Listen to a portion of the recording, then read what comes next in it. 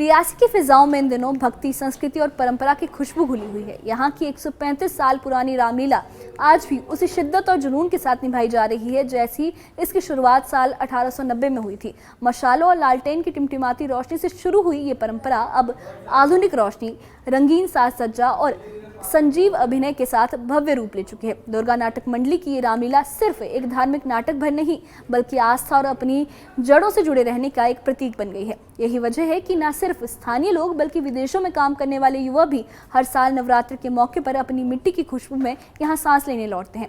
मंच पर राम, लक्ष्मण और सीता के पात्र निभाते ये कलाकार जब संवाद बोलते हैं तो उनके साथ पूरी भीड़ खुद को उस कथा का हिस्सा महसूस करती है। यानी ये रामलीला सिर्फ धार्मिक आयोजन नहीं बल्कि समाज की आत्मा और संस्कृति का आईना बन जाती है। आइए जानते हैं इस ऐतिहासिक परंपरा और उससे जुड़ी भावनाओं के बारे में इस खास रिपोर्ट में। तुम्हारी जिंदगी का प्याला लब हो चुका है और सूर्यवंशी खानदान का खंजर तेज हो चुका है। समझ जाओ इस मनुष्य जीवन को अनाथ ना गवाओ और बेहतर है यहाँ से चले जाओ। रियासी की ये ऐतिहासिक रामलीला दुर्गा नाटक मंडली ने साल 1890 में शुरू की थी। उस समय इसका मंचन मशालों और लालटेन की रोशनी में किया जाता था। समय के साथ साथ ये परंपरा और भव्य होती गई। आज यहाँ आधुनिक रोशनी और आकर्षक सजावट के बीच राम कथा का जीवंत मंचन होता है। राक्षसों ने वो आफत मचाई है कि दुहाई है। हर साल विजयदशमी तक हजारों श्रद्धालु इस रामलीला को देखने आते हैं और इसे अपनी आस्था का हिस्सा मानते हैं।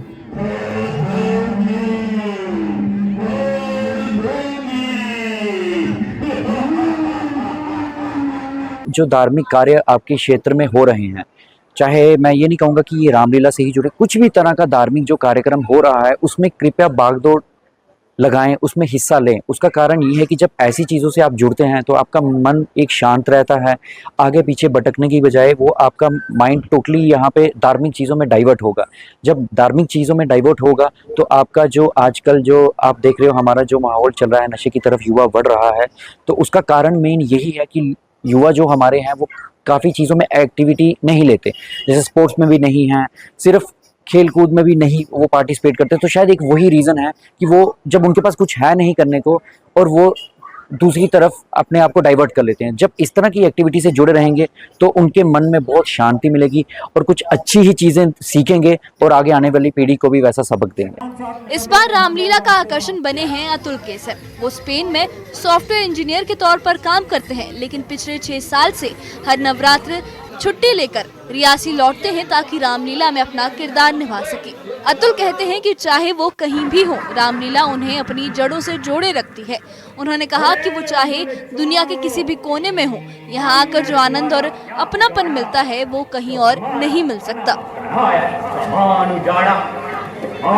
तुम्हारी जिंदगी का प्याला लब हो चुका है। पिछले 6 साल से मैं बार्सिलोना स्पेन में रह रहा हूँ और 6 साल से मैं यहाँ पे हर साल रामलीला प्रतियोगिता में हिस्सा लेता हूँ। हर साल मैं यहाँ पे आ रहा हूँ और उसका कारण ये है कि मैं रामलीला से बचपन से जुड़ा हुआ हूँ।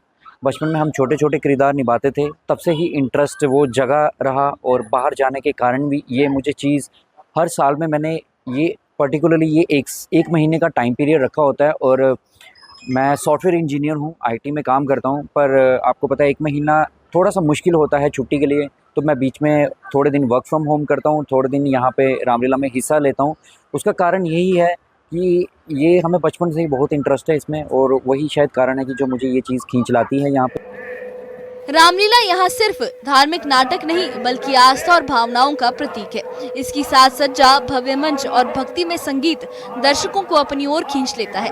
यही कारण है कि परंपरा पीढ़ी दर पीढ़ी चली आ रही है। दुर्गा नाटक मंडली के अध्यक्ष संजीव खजूरा बताते हैं कि मंडली 135 साल से रामलीला का मंचन कर रही है। उनका कहना है कि ये सिर्फ नाटक नहीं बल्कि संस्कृति और समाज की धरोहर है जिसे वो पूरी श्रद्धा और समर्पण के साथ निभाते हैं।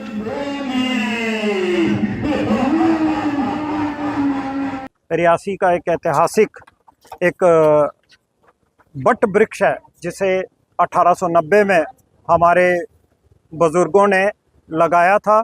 उस समय कथा वाचन के तरीके से लगाया या मंचन के जरिए लगाया, लेकिन आज ये जो पेड़ है वो काफ़ी विशाल हो चुका है और दुर्गा नाटक मंडली से कई हमारे क्षेत्र की रामलीलाएं कई लोग जो हैं कलाकारी करके अधिकारी बन के इस रामचरितमानस मंचन को अपने अपने गांव अपने अपने स्थान तक लेकर गए हैं। और दुर्गा नाटक मंडली का जो हम लोग वर्ष भर में और भी बहुत सारे कार्य करते हैं, सामाजिक कार्य करते हैं, लेकिन हमारा जो एक बेसिक फंक्शन है वो इस शारदीय नवरात्रों में हम लोग रामचरितमानस का मंचन करते हैं। तो उसी को आप इस बार भी देख रहे हैं। हालांकि आप सबको ज्ञात होगा कि इस बार जो है अपने पूरे भारतवर्ष में, पूरे उत्तर भारत में और विशेषकर अपने राज्य, अपने इस यूनियन टेरिटरी जम्मू कश्मीर में भी काफ़ी आपदाओं की वजह से काफ़ी नुकसान हुआ है। लोगों के परिवार चले गए हैं और कई लोग अपने जान से हाथ धो बैठे हैं, कई लोगों के मकान चले गए हैं, तो लोग परेशान भी हैं। लेकिन ये एक धार्मिक मंच है, इसे चलाना भी अत्यंत, क्योंकि सब कुछ भगवान की इच्छा से चलता है, तो हम लोगों का एक सामाजिक दायित्व बनता है कि जो हमारा जो कार्य है उसे ज़रूर करना चाहिए।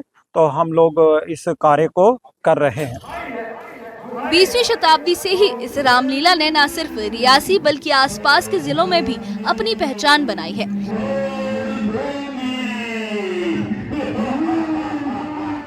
स्थानीय लोगों का सहयोग और कलाकारों की मेहनत ने इसे हर साल और भव्य बनाया। कई पीढ़ियां इसी रामलीला को देखते और इसमें हिस्सा लेते हुए बड़ी हुई हैं और हर साल इसमें वही जोश और उत्साह दिखाई देता है।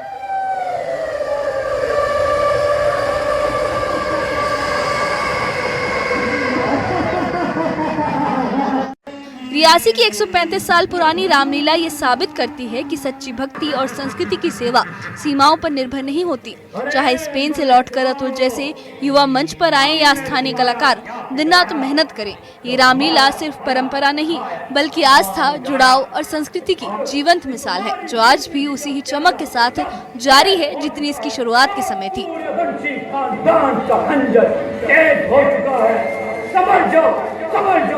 इस मनुष्य जीवन को ना गवाओ और बेहतर है यहाँ से चले जाओ। न्यूज़ 18 JKLH के लिए रियासी से राहुल कपूर की रिपोर्ट।